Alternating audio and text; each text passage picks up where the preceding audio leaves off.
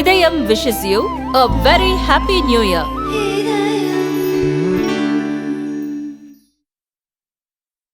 நகர்ப்புறங்களை விட கிராமப்புறங்களில் வறுமை வேகமாக குறைந்து வருவதாக SBIயின் ஆய்வறிக்கையில் தெரிவிக்கப்பட்டுள்ளது.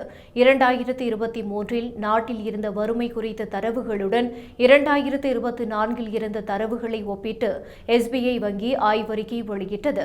அதில் நாட்டில் வறுமை கோட்டுக்கு கீழ் இருப்பவர்கள் எண்ணிக்கை 4 முதல் 4.5% என்ற அளவில் இருக்கிறது.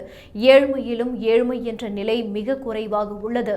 2011-12 கிராமப்புற வறுமை விகிதம் 25.7% இருந்தது. அது 2022-23இல் 7.20% குறைந்து 2023-24இல் 4.86% குறைந்துள்ளது என்று கூறப்பட்டுள்ளது.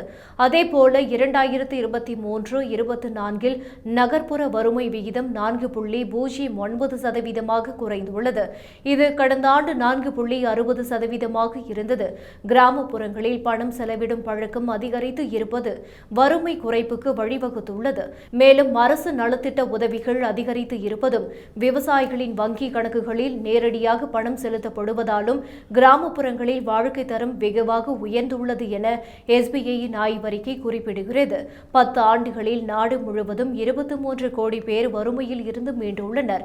அதில் நகர்ப்புறங்களை விட கிராமப்புறங்களில்தான் வறுமை வேகமாக குறைந்து வருவதாக SBI ஆய்வறிக்கையில் கூறப்பட்டுள்ளது.